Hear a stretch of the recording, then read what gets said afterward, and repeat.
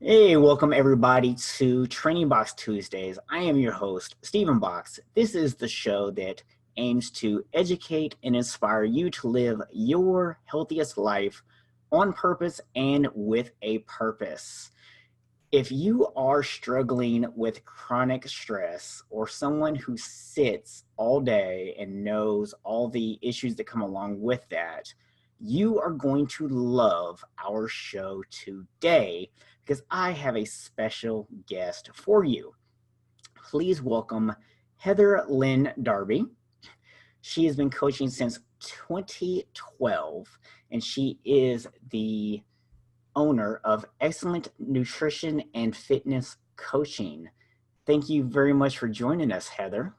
Thanks, Stephen, for inviting me. This is great. So you spent about 20 years working in an office environment. So you're pretty familiar with the stress of that environment as well as the impacts of sitting. You also are certified through Precision Nutrition as a level 1 and level 2 master coach. You are a personal trainer. You have certifications for posture and for yoga. It sounds like you've really got a good grasp on all this. So tell us just a little bit about yourself and how you help people. Yeah, thank you. So yeah, you kind of said it. I started out working in an academic environment at the universities. I was working at a desk in front of a computer all day. And then from there, I kind of transitioned my career into corporate accounting. So again, in an office and behind a computer. And in my mind, I thought this was great. It was a really safe environment and it had a lot of security to it, and my life was going perfect until it didn't. I started gaining weight, and I thought this was just age related. My back was hurting a little bit, and I was experiencing increasing levels of stress. And I now, looking back, realize this chronic stress ultimately led to career burnout. And at that point, my health failed, like all kinds of things in my life went sideways. And when I realized that that chronic stress was something that I could do something about, it wasn't just something that happened to me, then like all the rest of my efforts to rebuild my health came together. It's interesting that you mentioned that I know a lot of people, they really feel like that stress is something that happens to them, that it's not something that they're directly causing. Or sometimes we maybe know that we're causing some of our issues, but we feel there's a lot of external things that cause that to happen to us. So it's interesting to me that you mentioned that you realized that you ultimately had control over this. So you mind sharing just a little bit about your story and how you came to that realization? Yeah, for sure. Well, it's both, right? There are things that happen in the world, in your environment, that you don't have control over. And there are some things that are internal, such as your response to external events, that you do have more control over. So things like incessant notifications, drawing your focus and causing stress. Other people like interrupting you, when they walk into your office. High expectations of productivity that you're not sure that you can meet because of conflicting priorities. These are causes of stress that someone may have little control over. But how someone responds to those stressors, or what elements of control they might be able to impose on their environment to reduce those sources of stress. So there's layers of control. But when it really clicked for me is that there are exercise modalities, almost like physical exercise, like lifting weights, that you can do to build resilience to stress, to make you more able to not be as affected by those stressors. And when I started delving into that, those ideas and just researching for myself, I realized there's just like maybe even half a dozen things that are easy and pleasant for people to do that can build their resilience to stress. And when they build resilience in one area, it kind of has a bleed over effect onto other areas. So if someone becomes stronger and more resilient to lifting weights, they also perhaps are more resilient mentally. They also might be more resilient in their immunity.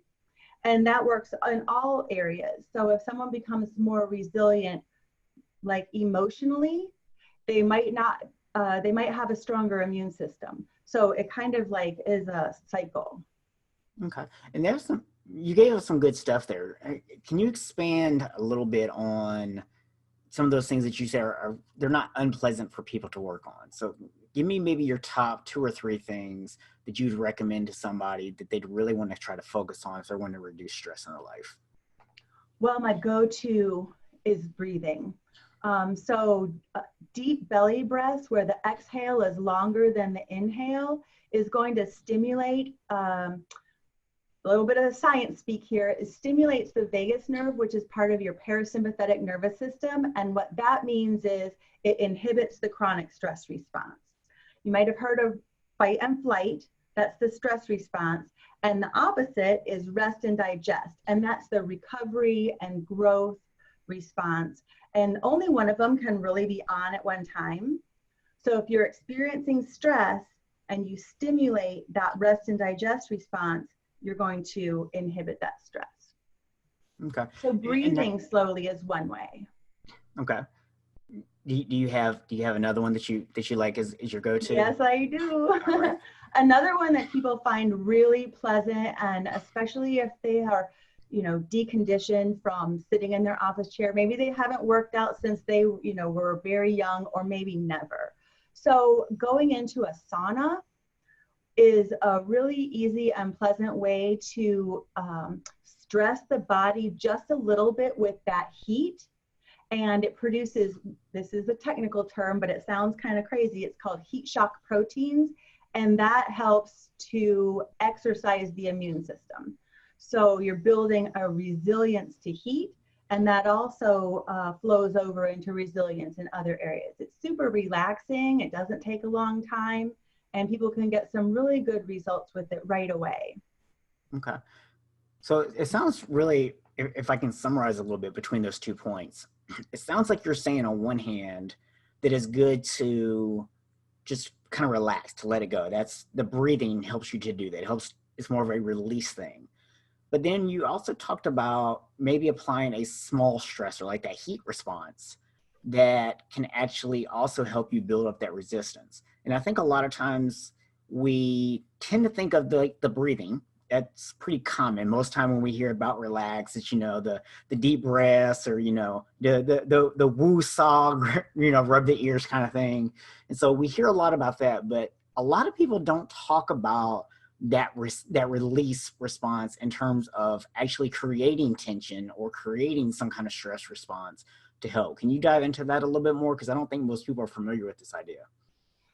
Well, it's similar to working out. You're exercising a body system that normally is kind of like ignored and runs on automatic. So you're exercising that heat resilience. You're exercising the breathing response, which I'll get into it a little bit more since you talked about the ears and the woo-saw. The vagus nerve, the 10th cranial nerve, runs from the back of your neck down through your torso and abdomen to touch all the major organ systems. And near your ears, it's very near the surface, actually.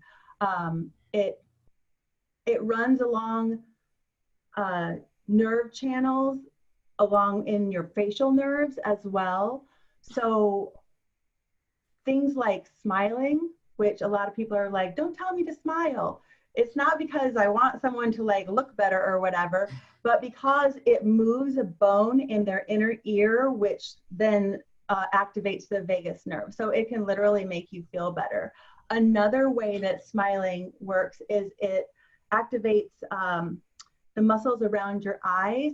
And when other people see that, their mirror neurons react to that, and they'll feel like they trust you more, and it's more of a safe space, and that activates the parasympathetic rest and digest response as well. So there's lots of ways that the vagus nerve is It's the body telling the brain that you're safe and that you can relax that stress response. See, there, it's so simple. All you have to do is just smile a lot. Well, When it's not someone's all you have to stressed, do, but it's a good just start. smiling is really difficult, and you would be surprised. It took me quite a while when I was going through, like I said, my health broke down. I had kind of like a mental nervous breakdown, if you will. And I went through an exercise called smiling meditation, where I literally had to put a pencil in my mouth to push the corners of my mouth up just to make those muscles be in that formation, because I had forgotten how to smile. Like I was so down I literally did it as an exercise. So you think that smiling is so easy, but when you're stressed, it's not easy. Yeah, and you know, we hear people will say, oh, put on a fake smile or whatever. And I think a lot of times people, because it doesn't necessarily make you instantly feel better, they kind of put that to the side and go, oh, that doesn't really work. But like you were saying, it's activating those muscles. Even if it's a fake smile, even if it's forced, you're Mhm. still activating those muscles and you're teaching your body to feel better.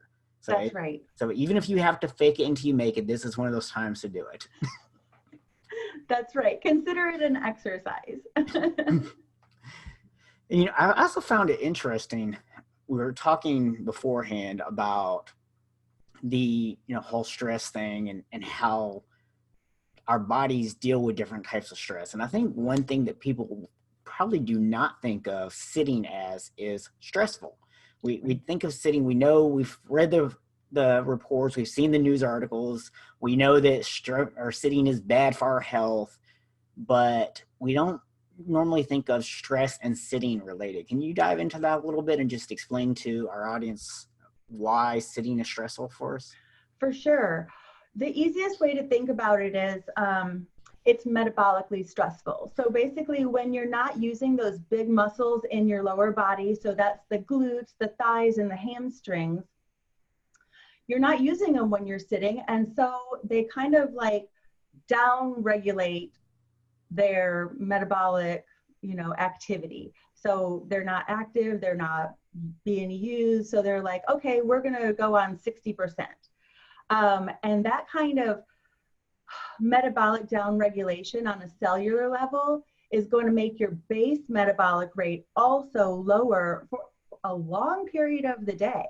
I mean, you got like 7 or 8 hours at work, you got maybe an hour total of commuting to your job. And then when you get home, most people have very little energy to like bustle around and work out. A lot of people just make some dinner and sit down on the sofa and relax for a few episodes before they go to bed. So their whole day is primarily taken up with sitting. And so they're losing out on a lot of opportunity for their muscles to, be used. So that can lead to creeping weight gain. And when you have like slow but sure, year after year, your weight is, increasing, it can cause visceral fat to accumulate in the abdomen around the organ system. So, and that's the detrimental kind of fat that causes like heart disease, having low metabolism in your muscles or whatever. Also kind of leads to insulin resistance because you're not drawing in as much glucose from the blood into the muscles because the muscles don't need it. So it can potentially lead to type 2 diabetes. And so that's how the stress of sitting stresses the body and leads to these kinds of Western lifestyle diseases, if you will. Okay. Now, I know one other thing that you mentioned before was when we're sitting, because of the posture that we're sitting in, that can also negatively impact us. So can you dive into that a little bit? Yeah, that is directly speaking to the breathing I was talking about before. So when someone is sitting in a chair, they tend to slouch. So their back curves, their shoulders move forward. If they're especially sitting at a computer station, their head might have a forward posture so that their eyes remain level. And that forward head posture can cause neck strain. The forward shoulders kind of compresses the lungs and cause shallower breathing patterns. And that shallow breathing pattern is a signal to the brain that you're stressed, that it's a similar breathing pattern as though you were running and had really short breaths. And your primitive brain is taking that signal of these short, shallow breaths and saying, something's wrong. We're stressed. We need to activate the fight and flight response and release cortisol so that you'll be ready to deal with this stress. But you're sitting and your muscles are not working. So all that cortisol is releasing glucose into the bloodstream and then not being used. So it continues to circulate. And that's the main problem, you know, with sitting, kind of to bring it all full circle. Okay. And just for anybody out there that maybe that kind of went over their head a little bit scientifically, the simplified version of that would be that by sitting, your body gets stressed because it's sensing that shallow breathing. It's releasing cortisol, which is a hormone. And one of the responses your body has to that hormone is to release glucose into your system. One of the responses your body has to releasing glucose is to release insulin to get rid of excess glucose in your system.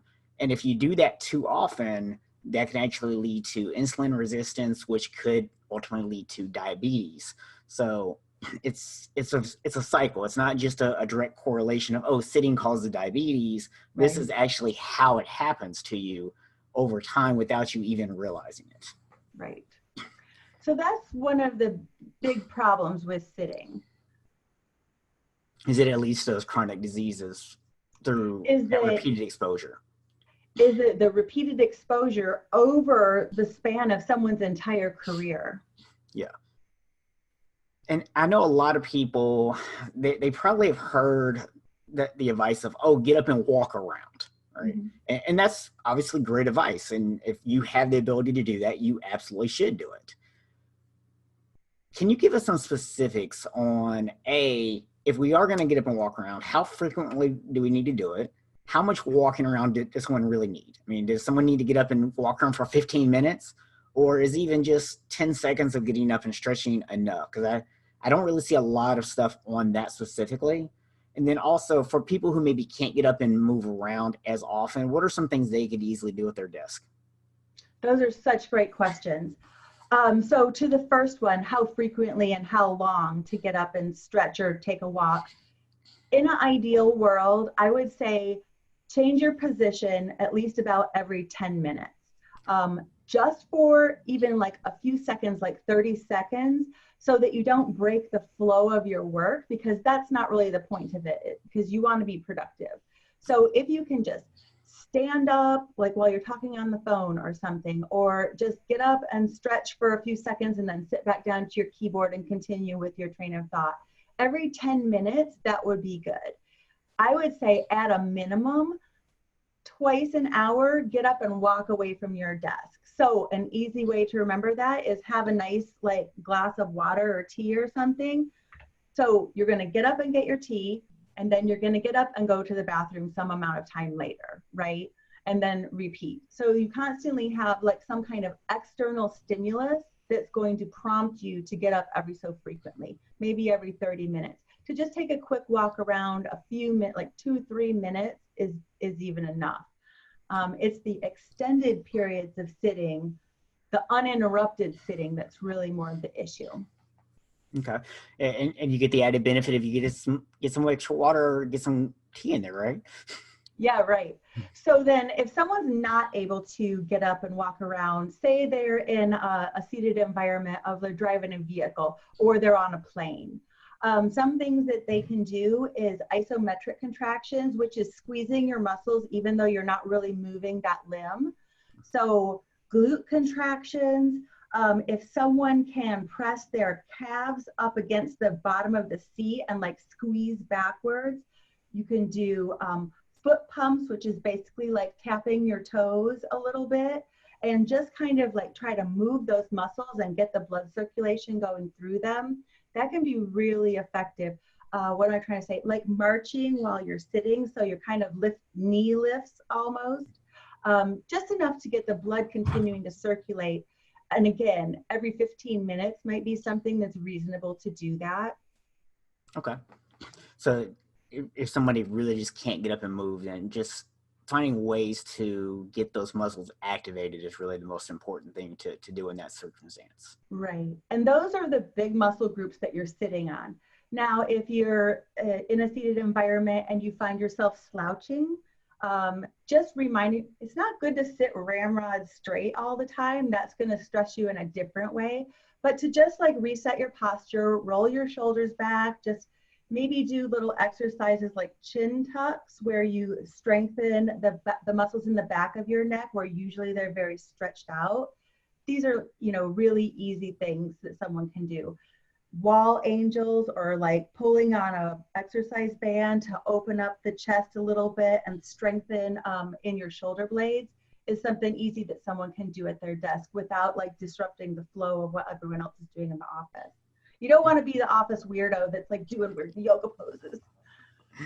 Yeah, and I'll tell you one thing I learned for myself, and you can tell me if you think this is something that would be beneficial for people, is I realized how many exercises we do when we work out consistently. So even if somebody's maybe thinking about getting exercise, what they're going to probably find is a lot of our exercise movements are internal rotation of the shoulder.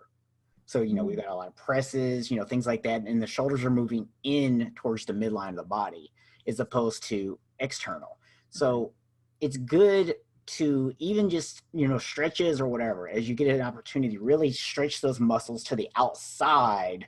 And that way you're getting that shoulder isn't just constantly rolled forward. I think that really helps. I know I had a problem with that as well, the rounding shoulders and leaning my head forward. And that was one of the things that really helped me, was to start doing more external rotation of the shoulders.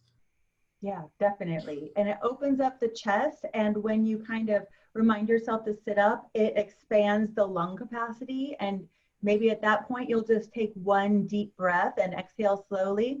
And you're good to go for another, you know, 15, 20 minutes until the next time you realize you're slouching. Exactly. And this whole conversation, I keep going, okay, it's my back flat. Yeah. So hopefully everybody out there is becoming more conscious of what they're doing right now. They're thinking about, how am I sitting or whatever. So in terms of sitting, is there a best position for people to sit in? Obviously, we want to, you know, keep the shoulders back, keep the back straight as much as possible. But in terms of the way we actually sit in our chair, are there good habits or bad habits that we can look for? Yeah, there certainly is. And it has to do with like the ergonomics of your workstation. So wherever, like a lot of people have maybe a standing desk and a leaning chair, maybe they're just in a conventional desk with a regular chair. You want to have all your angles be like 90-degree right angles. So your feet are flat on the floor, your knees are at a right angle so that, you know, your thighs are parallel to the floor. You want to have your arms, like your elbows, be at desk height. So your elbows would be at a 90-degree angle. And you want your eye line to be about maybe 3/4 of the way up your monitor. So your eyes can move so that your head doesn't have to move like this or like this to look at it. Okay. Keeping your neck a little bit straighter. Okay. Yeah, those are all really, really great tips. So one of the other areas I wanted to kind of quickly talk about, we talked about the chronic stress and how it can have long-term impact, but there are other situations in which even small amounts of stress can cause problems for us. And this is something I will personally attest to, because I was diagnosed probably about 8 years ago with irritable bowel syndrome, or IBS. And I know for me, it was a stress issue. When I would start getting stressed, my IBS would kick up. And then a lot of times what would happen with me is, especially if I was traveling or if I was going to be in my car for a long period of time, and I knew that there wasn't going to be the ability to stop and go to a restroom, I would start to then stress about the fact that I knew that it was going to be difficult to stop if my stomach decided to act up. And so then that just created more stress, which made the problem worse. So what other kind of areas might people notice? Like, I guess kind of what are your red flags that might say to you that you're getting stressed out, that you need to kind of become aware? Because that was a big thing for me. I had to become aware of when stress was happening to me because I didn't think I was stressed. It wasn't until I really realized that it was stress and started being more accountable to it that I was able to get it under control. So what are some of those red flags for people that tells them they're getting stressed even if they don't think they are? Being like really self-aware is the first step. And when you start to notice the really quiet ways that your body is talking to you, you can start to tune into those, you know, when something is maybe stressful and you're not aware of the stressor, you're consciously, your body's often aware of it before you are. So if you tune in and listen to like, oh, my stomach's starting to get squirrely, or my shoulders are really tense, or my breathing's starting to be very shallow, or my jaw is clenched. Those are physical signs that you're experiencing some kind of stress. And your body's already gearing up to deal with it. Before you might even be like consciously aware of what that stressor is, or even if you ever become aware of what that stressor is.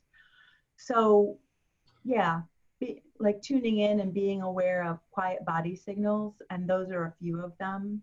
Okay. Some other symptoms that, like you say, you had tied it to your IBS. Other people might tie it to headaches. Other people might tie it to different kinds of muscle, like pain or joint pain in their body. Some people might experience it as flare-ups, like skin flare-ups or arthritis flare-ups.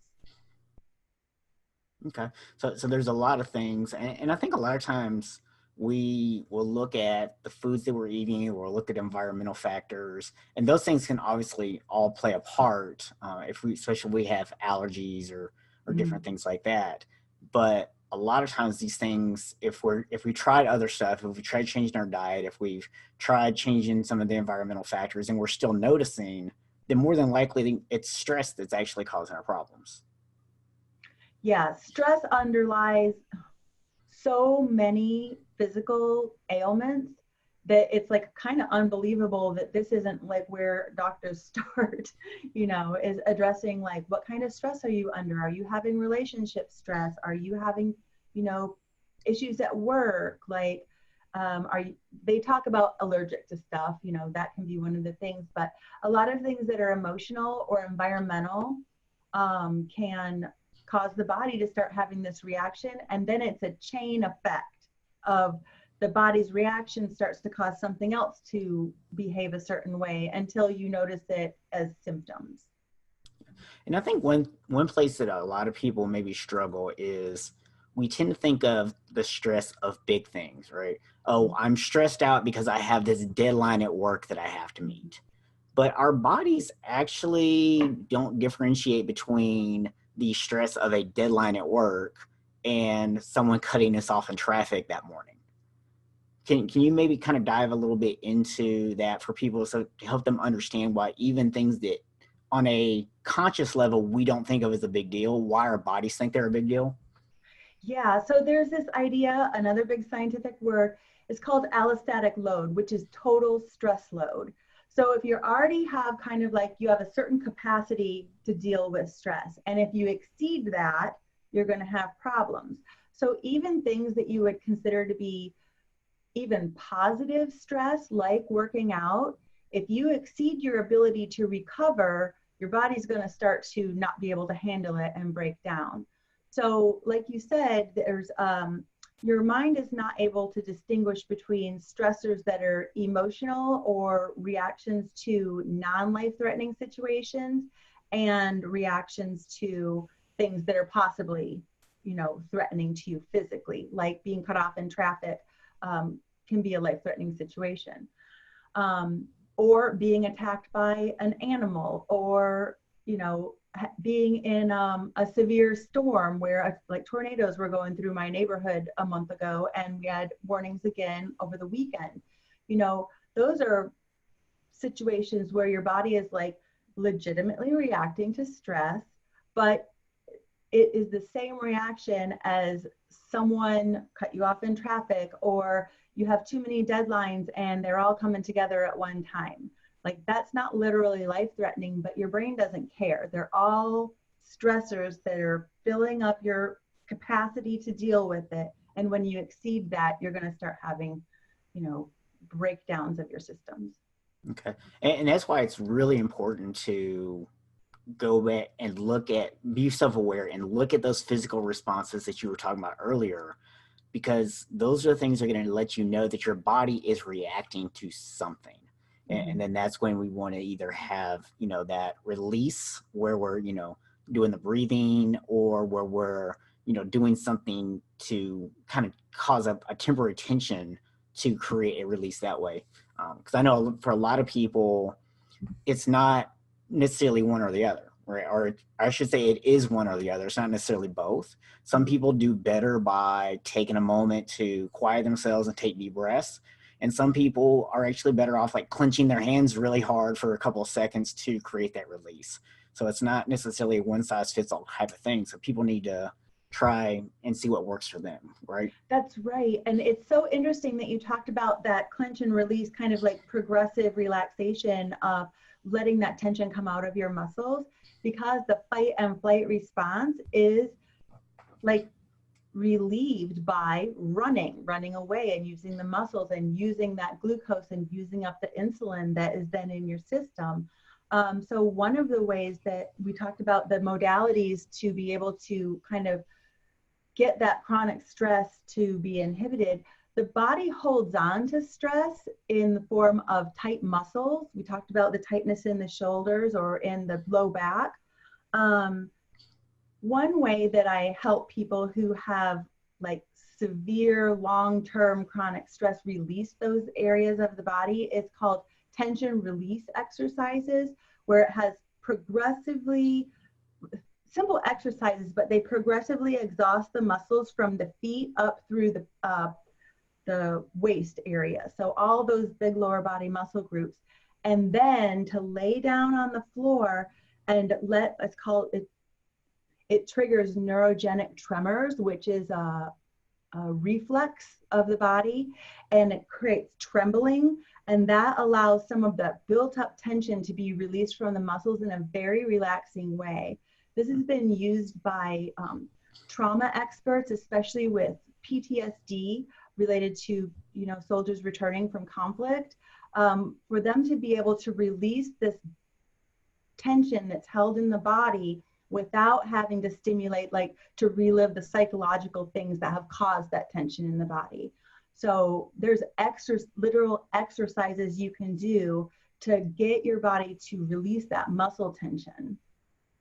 Well, that's actually interesting. I've not heard of that before. So that's just a really interesting concept.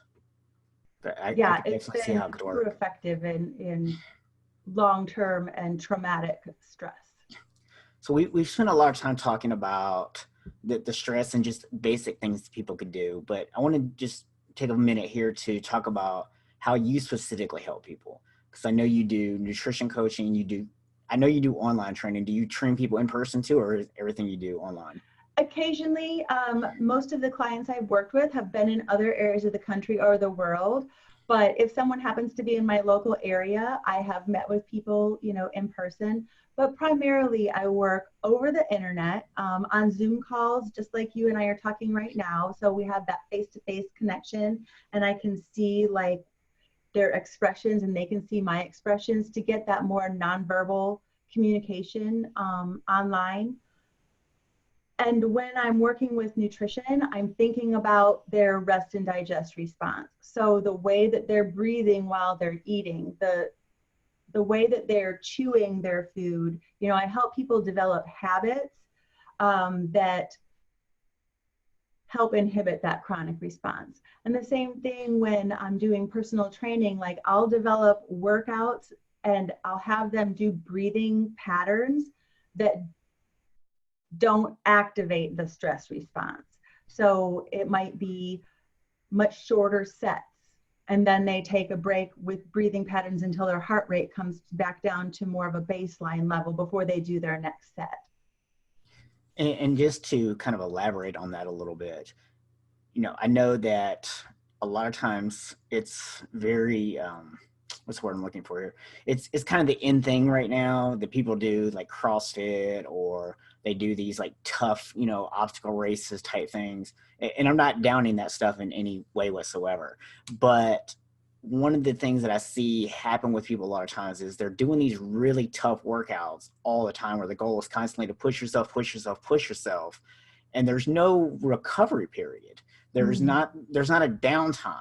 And you kind of touched on a little bit there with the breathing exercises, of the importance of having a downtime, even if it's just between sets, or whether it's from one workout to the next, or whatever. That's obviously things you would program into someone's plan. But can you just kind of go into a little detail quickly about the importance of recovering from exercise, and how that impacts our stress? Yeah, so when people, go hard, that can be super exciting, but when they don't have enough recovery time for their body to rebuild the areas that have been, physically stressed during their activities, then it's going to cause cumulative breakdown, which will ultimately lead to injuries. We haven't really talked about this, but having, like you mentioned, enough time between workouts, not just to physically recover, but to have programs enough sleep in between. Sleep is where all the recovery and growth happens. So people thinking like, oh, I have to cram as much into my day as possible, and shorting themselves on the time available to sleep is going to also have like cumulative wearing on their cognitive abilities, and that will reduce their ability to deal with stress as well. And I know for a lot of people, when they think of exercise, it's pretty much either burning calories or it's building muscle. And the truth is, exercise actually breaks down muscle tissue. It doesn't actually build it up. It actually tears it down. And then that whole natural stress response that you were talking about earlier with our bodies, that kicks in and it repairs that muscle, and it builds it bigger and stronger for next time. So it goes back to what you talked about in the beginning about building that resilience. And that's why it's so important that we program recovery into workout programs, because we want our bodies to recover. And that's why sleep is so important. I think those are really great points. You summed it up even maybe better than I could have in so many words. That was perfect. Right. I'd say that's why they pay me the big bucks, but I'm not getting paid. So yeah, for sure. Well, awesome. Thank you so much for joining us today. I think you really gave us a lot of great stuff. If someone wants to learn more about this, or they want to just connect with you and ask some follow-up questions, what's the best way for them to connect with you? Well, the easiest way to find out everything about me is on my website. It's heatherlynndarby.com. From there, they can see all my social media. I'm on Instagram, I'm on Facebook. In fact, I have a free Facebook community where people can come and hang out, and I have like content 5 days a week to help people keep fitness and health at the top of their mind on a daily basis. And I answer questions there. They can message me in Messenger. It's really simple to get in touch with me. Okay, so now is Facebook Messenger the best place to reach you? What's your preferred? Yeah, I think that's probably the easiest way for most people. If they wanted to email me, it's just heather@heatherlynndarby.com. All right. Well, thank you very much again for coming on today. Really enjoyed having you, and look forward to maybe doing this again sometime. Sounds good. Thank you so much. I really enjoyed this conversation. All right. Thank you. And just a reminder for everyone out there, we will be doing a show every Tuesday at 7:30 p.m. Eastern Standard Time. So make sure that you tune in next week for another episode of Training Box Tuesdays.